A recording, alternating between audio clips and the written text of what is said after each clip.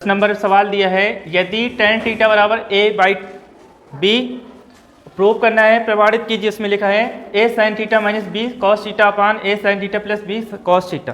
Prove करना है a square minus B square बटे a स्क्वायर प्लस बी स्क्वायर। ये सवाल 6 नंबर में आ चुका है 5-6 बार, पिछले वाले सेट में देखो तो आ चुका है।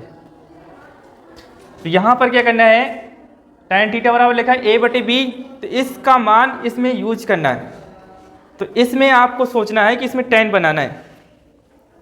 सोचो अब tan बनाना है इसमें, तो जब ये का सवाल में tan का यूज करना हो और उस सवाल में जो मान दिया है sin cos के पदों में, तो अभी हमने tan थीटा बराबर sin cos के पदों में सूत्र पढ़ा है।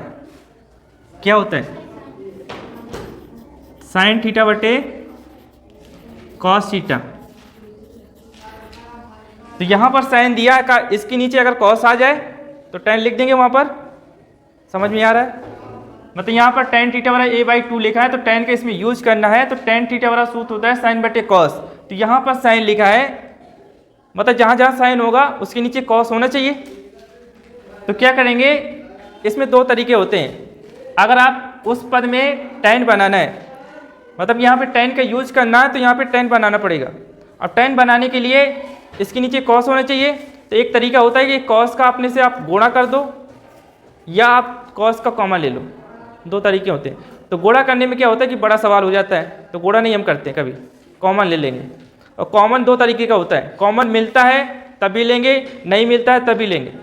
दोनों चीज़ें याद रखो। कॉमन दो टाइप का होता है। जैसे यहाँ पर क्या है, cos का कॉमन मिल रहा है, नहीं ना। अगर जब इस पद में cos का कॉमन लेंगे तो इससे तो cos चला जाएगा, पर जिस पद में नहीं होगा तो वहाँ उसके बटे में आएगा।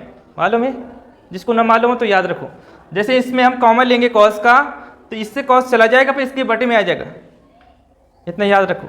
अब उसको करके हमें बता देंगे कैसे आएगा। तो इसमें हमें क्या करना है, ऊपर से भी cos का कॉमन लेना है और नीचे भी cos का कॉमन लेना है। तो यहाँ पे cos का कॉमन ले लेंगे, cos थीटा।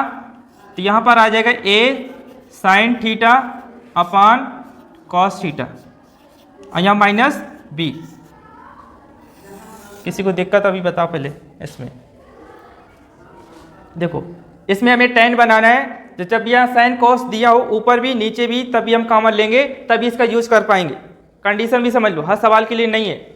मतलब ऊपर भी sin cos होना चाहिए, नीचे भी, और यहाँ माइनस प्लस ऊपर भी चिन्ह बदल जाएंगे तो उससे कोई फर्क नहीं पड़ने वाला। इस टाइप के सवाल बहुत सारे मिलते हैं, अब यहाँ नहीं है।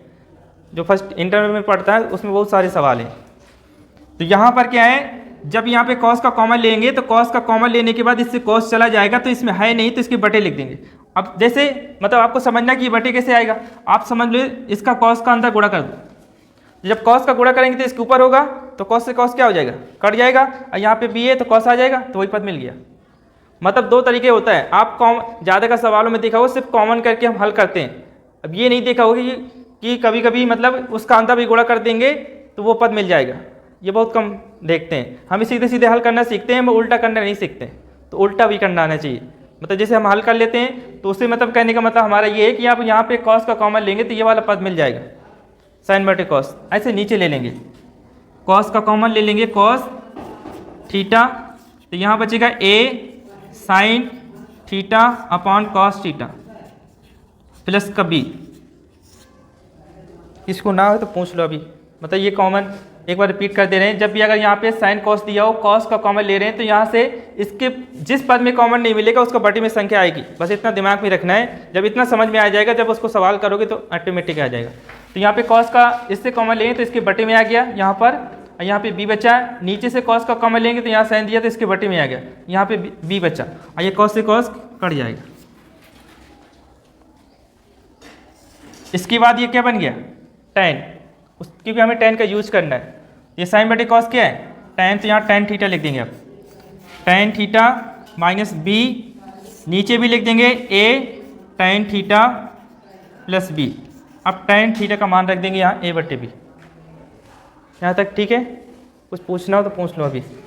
अब यहाँ पर मान रख देंगे, जहाँ यहाँ पर tan है, यहाँ पर भी tan है। tan का मान a बटे b दिया है, तो a ये गुणा में होता है, तो यहाँ गुणा का साइन लगा के a बटे b माइनस b, ये ऊपर वाला पद है, और नीचे दिया है a गुणे a बटे b प्लस b, ये नीचे वाला। ब्रैकेट क्यों लगा देते हैं कि आपको समझ में आए कि ऊपर वाला पद कौन सा है, नीचे वाला कौन सा। तो देखो यहाँ पर ये गुणा में हमेशा ऊपर ऊपर होता है, नीचे नीचे होता है। आपका ए का गुणा बी से कभी नहीं करना ना होगा, सिर्फ ऊपर ऊपर होगा। तो ए का गुणा ऐसे कर देंगे तो इसकी जो भी आधार सेम होते हैं तो खाते जोड़ लेते हैं, तो ये आधार दोनों का सेम है तो खाते जोड़ लेंगे तो ए स्क्वायर बन जाएगा। तो ऊपर लिख देंगे ए स्क्वायर बटे बी माइनस बी, और नीचे भी हो जाएगा ए स्क्वायर बटे बी प्लस बी। यहाँ बटे एक करके लासा लेना है, ऊपर भी नीचे भी, ऊपर बी का लासा लेंगे नीचे भी,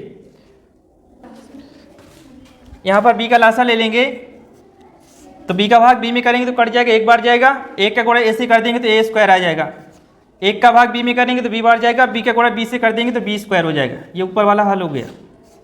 नीचे वाले में बी का लासा ले लेंगे तो बी से बी कट जाएगा तो एक बार जाएगा, एक का गुणा ए से करेंगे तो ए स्क्वायर प्लस एक का भाग बी में करेंगे तो बी बार, बी का बी से कर देंगे गुणा बी स्क्वायर, तो बी से बी क्या हो जाएगी, ये काटना आता है। जब भी अगर सवाल में ए बटे बी ये मेन बटा लगा हो सी बटे डी, तो इसका गुणा ऊपर होता है इसका नीचे, तो दिमाग लगाना है आपको। जब ये सी का गुणा बी के साथ होगा तो कहने का मतलब ये कि जब बी का गुणा सी के साथ होगा डी के साथ तो होगा नहीं, तो जब ये कोई संख्या सेम मिल जाएगी तो काट देंगे, क्या कर देंगे, काट देंगे। तो ये सेम मिल जाए तो हमेशा काट देते हैं, तो हमें गुणा करने से बच जाएंगे, इतना याद रखना। क्या करना है, गुणा करने से बच जाएंगे। तो यहाँ पर लिख देंगे नीचे ए स्क्वायर माइनस बी स्क्वायर बटे ए स्क्वायर प्लस बी स्क्वायर, यही राइट हैंड साइड।